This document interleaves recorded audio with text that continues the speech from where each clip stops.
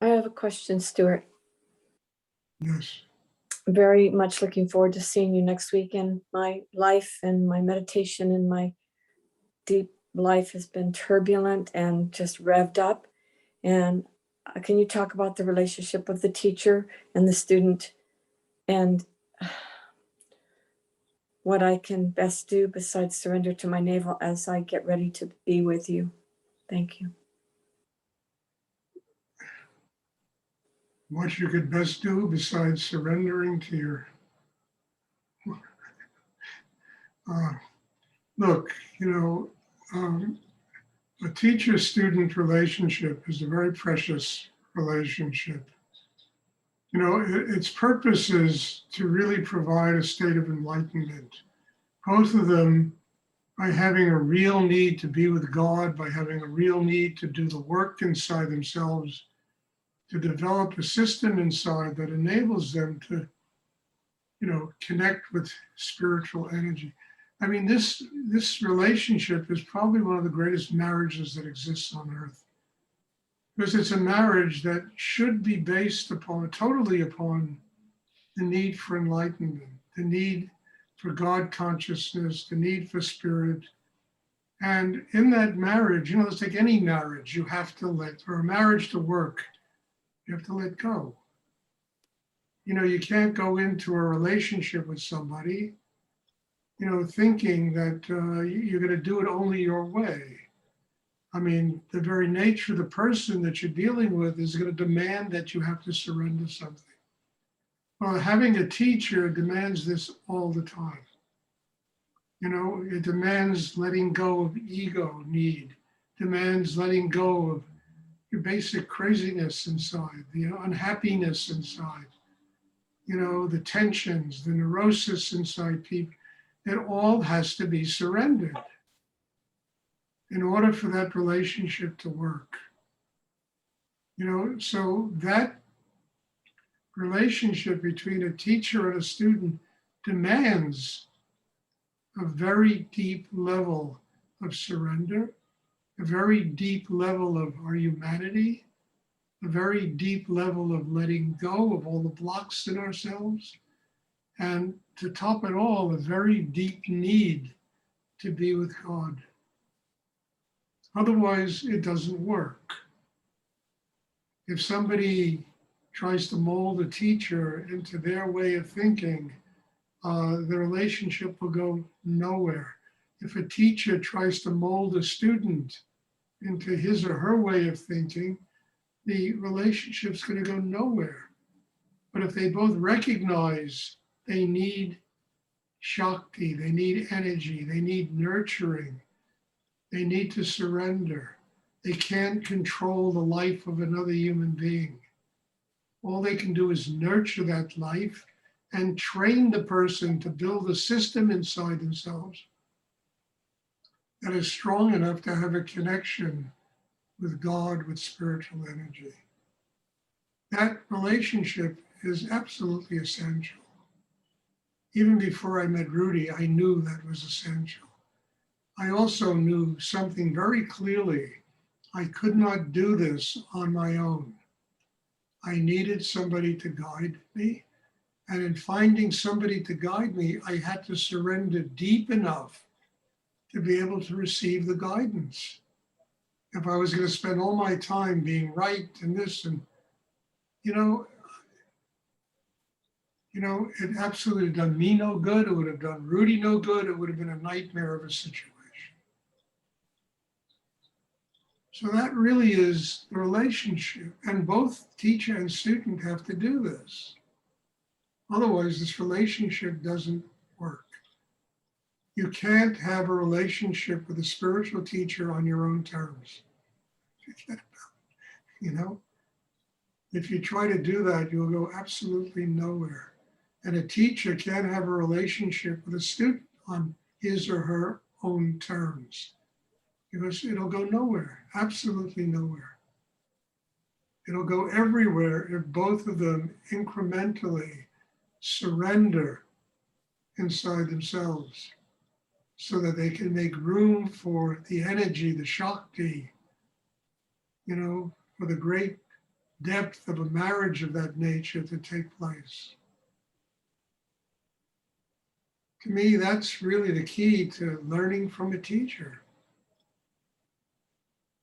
You know, and if the teacher yells at you, you got to find a way to make it work for you. You can't be like an infant crawling in the corner, being unhappy because somebody didn't pat you on the back. Can't tell you how many times that happened with Rudy. And at first I was like, ooh, I was like in a state of shock. Then I began to realize, no, Stuart, how can you make this work for you?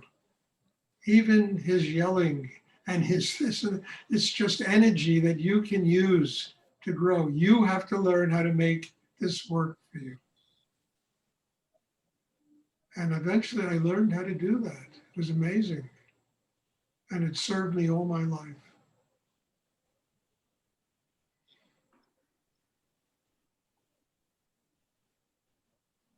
We need teachers. We need teachers on every level, you know. I mean, if you want to go into business, you need people to teach you how to do it. You know, if you want to be a musician, an artist or whatever, you need to learn how to do it. You need to learn the craft. Once you get the craft, it all just works. It works. And that's basically what a teacher is here to do, is to teach you how to get the craft of inner work. And once you master that, it works. You need it in whatever you do, whatever your profession is, you got to learn the craft. If you don't learn the craft, forget about it.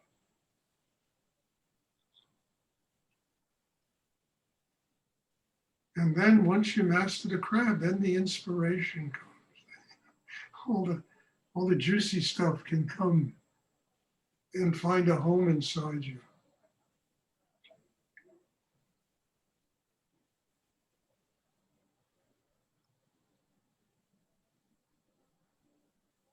I mean, I always tell the story of Milarepa and his teacher Marpa. I mean, it's a very famous story. And it's a great story. There were two Mahasiddhas, but Milarepa was a magician. He was a thief. I think he even murdered somebody when he was younger. And at some point he realized that he had to change and he needed to connect with God. And, he went to Marpa, who was a very famous Mahasiddha who lived in the mountains with his wife. And he said to Marpa, "What should I do?" And Marpa said, Milarepa, I need a house. Build me a house. Milarepa spent a year building a house. At the end of that year, he said, "Baba, what should I do now?" And Marpa said, "Well, I don't like quite where it is. Tear it down and build me another one." And this went on 13 times he did this. Now, when you look at it with a rational, it's just crazy, right? But it's not. After doing that, what could have been left of his ego? Nothing. He was living in a total state of surrender. He became the poet saint of Tibet. It takes that kind of struggle, really. And it's not Mop or Milarepa, it's a child of God learning how to become a child of God, learning how to surrender, learning how to let go, learning how to do whatever is necessary, to build an inner life that will get them closer to God. In many ways, as I say, if you look at it with a rational mind, it's very fanatical. If you look at it from a deeper sense of surrender in yourself, you realize what it takes to break the ego down, to break the will down, to break whatever we are down so that we can be full of God, Spirit.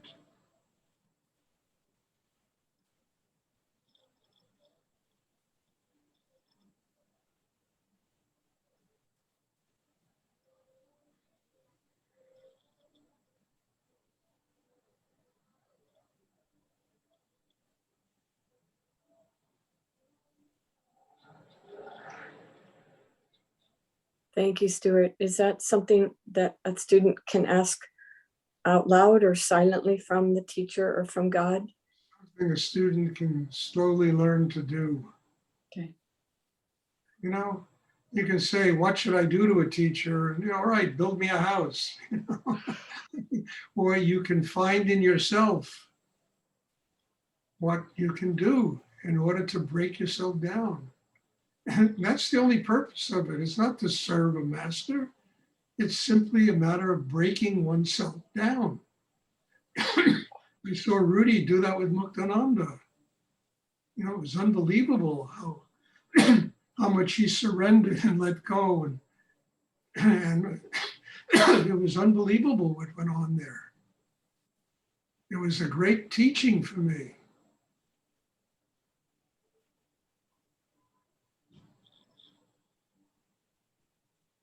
And then I said, Stuart, you have to learn to do this with Rudy. And Rudy wasn't this, this kind of sweet, holier than thou kind of guru, He was fire. He was fire. Most powerful energy I ever spent around. It was like a turbine in a jet airplane, when you were around him. And just being around him demanded such a depth of surrender that I learned the meaning of it.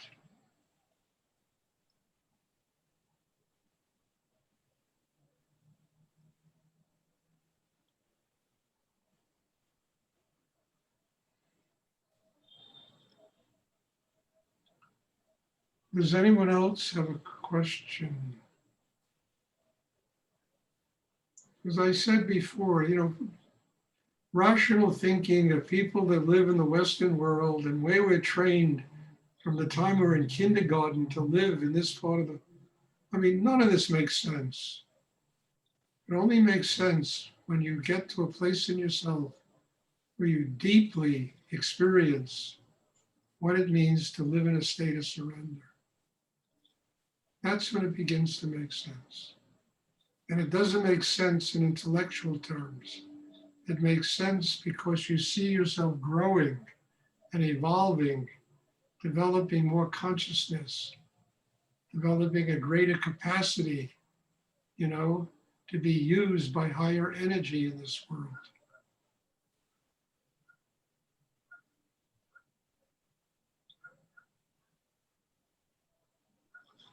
Does anyone else have a question? Stuart, I'll ask you, what does it mean to ask the teacher to go deeper? Like, is that, if I'm opening deeper energetically, then that like prompts you to go deeper, or is that like a discussion? Can you just talk about asking the teacher to go deeper?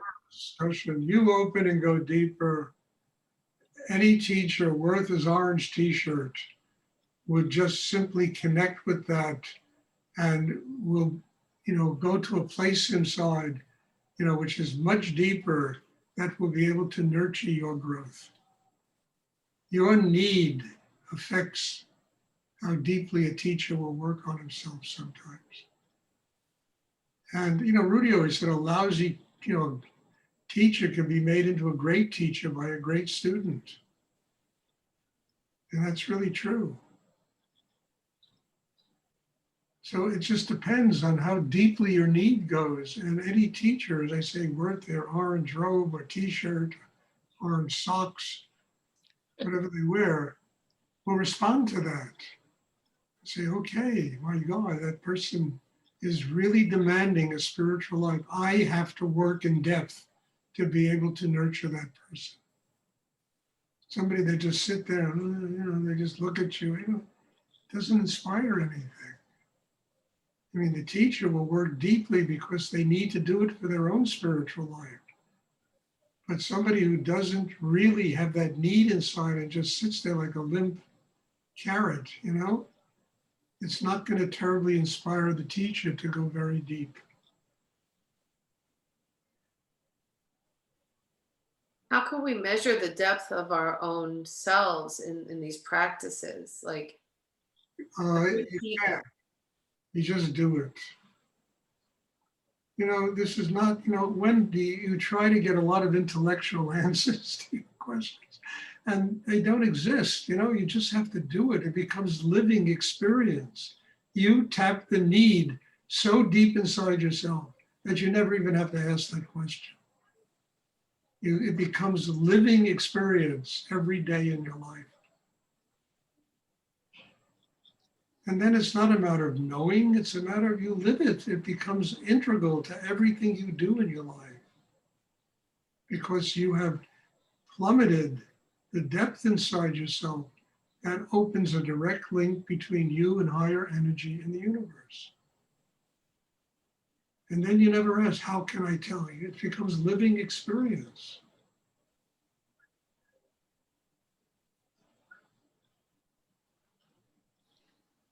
And also, it's something the mind can never understand because the mind wants to put everything in cubicles and little boxes, wants everything to kind of intellectually make sense. And frankly, none of this makes sense intellectually. It only makes sense as living experience.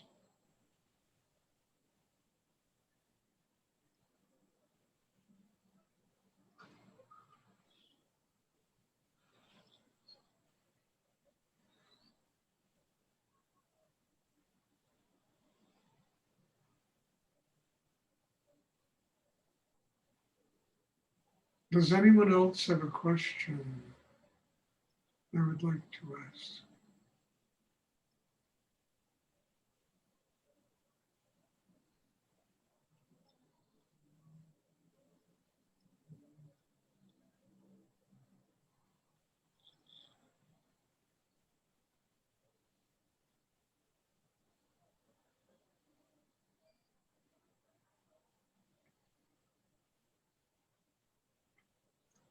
Okay, if there are no more questions, I hope this is clear what I've been talking about because it's a difficult subject and it's a subject that tests everybody. We're all looking for intellectual and emotional cubicles to hide out in. And all this does is it breaks all that down. It turns everything into surrender, to depth, to being able to step into the unknown, to going past oneself, to opening in such depth that we truly become children of God living on this planet because we are being guided. We have opened enough to be guided by that energy in our lives. And many people, it's a frightening proposition. They have to let go of this well-conceived world they've created in their brain that is usually making everyone crazy. Because no matter how much you can concoct in your mind, you understand, comparison to infinite energy in the universe, it's like it's like, as I always say, as I try to put the Atlantic Ocean in a teacup, doesn't fit. You got to surrender. You have to let go. You have to build a system inside that is strong enough to be able to receive the energy that's infinite in the universe.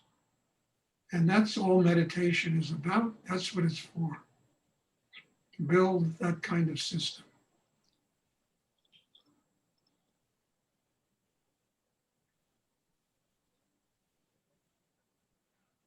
Does anyone else have a question they would like to ask?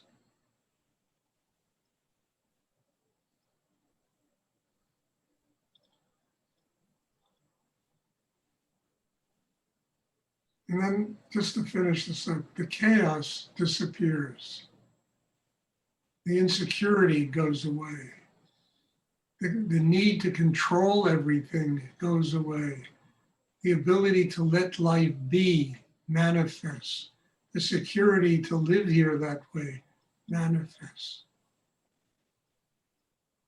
And I think that's an amazing way to get past oneself and to really open and again become a child of God living here.